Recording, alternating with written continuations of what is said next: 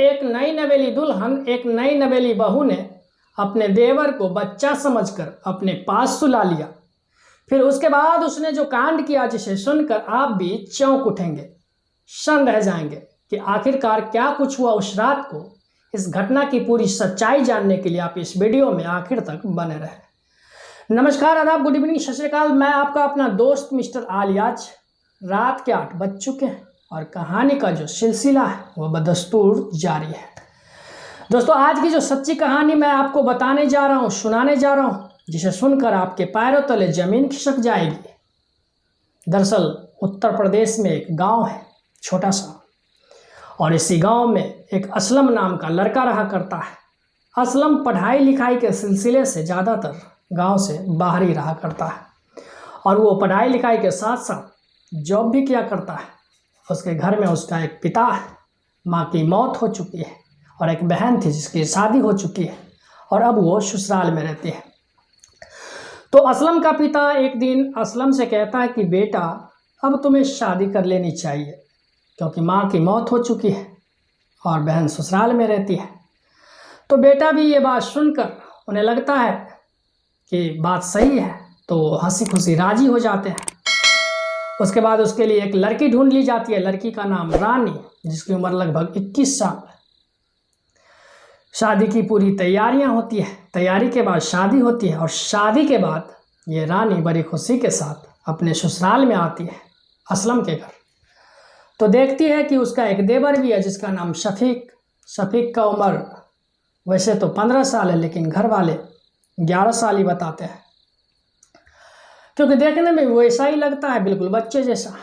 अब ये जो शफीक होता है, छोटा सा बच्चा 15 साल का, वो अपने भाभी के आसपास ही रहता है।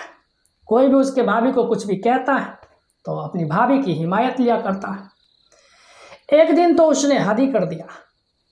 असलम किसी बात को लेकर अपनी पत्नी को डांट रहा था, तो शफीक अपनी भाभी के हिमायत में आ जाता है और अपने भाई को ही उल्टा सीधा कहने लगता है कि मेरी भाभी को कुछ मत कहना। और एक दिन, कुछ दिनों के बाद, शफीक के जीजा उसके घर पे आते हैं। तो चाय वगैरह में थोड़ी सी लेट हो जाती है, तो थोड़ी सी ऊंची आवाज़ में उसका जीजा कह देता है कि चाय कब तक आएगी। तो इस बात पर शफीक अपने जीजा से भी लड़ जाता है। कहता है कि भाभी से ऊंची आवाज़ में बात मत करना, चाय बन जाएगी, कोई रेल नहीं निकली जा रही है। तो शफीक के घर वाले शफीक को डांटते हैं, क्योंकि उसने अपने जीजा, जिसको घर वाले सम्मान करते हैं, उनसे बदतमीजी की। और जब शफीक से पूछा गया कि तुमने अपने जीजा को ऐसा क्यों कहा, क्यों बोला, बदतमीजी क्यों की, तो वो चुप्पी लगा देता है। तो घर वाले भी उसे बच्चा समझकर छोड़ देते हैं। अब क्या होता है कि एक दिन घर वालों को कहीं शादी के फंक्शन में जाना था। तो ये जो असलम होता है, अपने पिता को बैग पर बिठाकर जाने के तैयारी में जुटा था, और घर पर शफीक और रानी रहने वाली थी। तो असलम अपनी पत्नी से कहता है कि रात में शफीक को अपने पास ही सुला लेना, क्योंकि बच्चा है, रात को कहीं डर न जाए। और उसके बाद असलम अपने पिता को बैग पर बिठाकर शादी के फंक्शन के लिए रवाना हो जाता है, और ये दोनों सुबह में ही वापस आने वाले थे। घड़ी की सुइयां आगे बढ़ती है, रात होती है। रात होने के बाद दोनों देवर भाभी, शफीक और रानी, खाना खाते हैं, और खाना खाने के बाद रानी रात में अपने देवर को अपने पास ही सुला लेती है। थोड़ी देर बाद रानी करवट लेकर सोती है, तो ये जो उसका देवर शफीक होता है, अपने भाभी के साथ गंदी संदी हरकत करने लगता है। अब ये बात रानी को अच्छी नहीं लग रही थी। वो अपने देवर शफीक से कहता कि ये तुम क्या कर रहे हो। तो इस पर शफीक अपने भाभी रानी से कहता है कि भाभी, घर वाले मुझे वैसे 11 साल के कहते हैं, मैं 15 साल का हूँ, बड़ा हो चुका हूँ और कुछ ऐसा ही कर रहा हूँ। रानी उसका विरोध तो करती है, लेकिन शफीक ने उसके खाने में पहले से ही नींद की गोलियां मिला दी थी।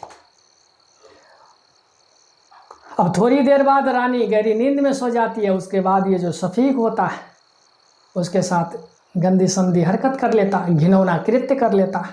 सुबह होती है और सुबह होने के बाद जैसे ही असलम और उसके पिता घर वापस आते हैं शादी के फंक्शन से, तो रानी अपने पति से कहती है कि तुम्हारे भाई ने मेरे साथ रात में कुछ ऐसा वैसा गंदा कृत्य किया है, घिनौना कृत्य किया है। तो असलम अपने पत्नी को ही थप्पड़ लगा देता है और डांटते हुए कहता है कि तुम बच्चे पर इल्ज़ाम लगाती हो, तुम्हें शर्म नहीं आती? क्योंकि शफीक ने अपने भाई और अपने पिता को आते ही उसका कान भर दिया था, इसलिए असलम ने रानी के मुंह पर थप्पड़ मारा था कि एक तो तुम बच्चे के साथ उल्टी सीधी हरकत करती हो और दूसरी उसी पर इल्ज़ाम लगाती हो। ये बात रानी को बर्दाश्त नहीं होती है क्योंकि उसका कोई कसूर नहीं था। रानी भागकर सीधे थाने पहुंचती है और थाने में जाने के बाद इस मामले का शिकायत दर्ज कर देती है। पुलिस उस लड़के शफीक को उठा लेती है और उठाने के बाद सख्ती से पूछताछ करती है। तो शफीक डर जाता है और अपनी सारी कहानी पुलिस वाले के सामने बयान कर देता है। वह कहता है कि मैंने अपने भाभी के खाने में नींद की गोली मिलाई और जब भाभी गहरी नींद में सो गई तो मैंने उसके साथ संबंध बनाया, घिनौना कृत्य किया। फिर पुलिस शफीक को अरेस्ट कर लेती है और अरेस्ट करने के बाद उसे बाल सुधार गृह में डाल दिया जाता है। रानी जिसे बच्चा समझ रही थी उसी ने उसके साथ ऐसा घिनौना कृत्य कर दिया। इस घटना से हमें यह सबक मिलती है कि थोड़ी सी सावधानी रखी जाए क्योंकि कलयुग का प्रचंड दौर है। यहाँ पर कौन बच्चा कौन बड़ा कुछ पता ही नहीं चलता है, किसके मन में कौन सी खिचड़ियाँ पक रही है कुछ पता ही नहीं चलता है। लेकिन रिश्ते तो रिश्ते होते हैं, निभाने पड़ते हैं, इसीलिए जीवन में थोड़ी सी सावधानी रखना भी जरूरी है। दोस्तों, इस घटनाक्रम को सुनाने का उद्देश्य किसी जाति या समुदाय के भावनाओं को ठेस पहुंचाना नहीं है, बल्कि आपको सचेत करना है कि आप जहां भी रहें अपने और अपने परिवारों का ख्याल रखें, सुरक्षित रहें। हम मिलते हैं किसी और घटना को लेकर, तब तक आपसे विदा लेते हैं। जय हिंद।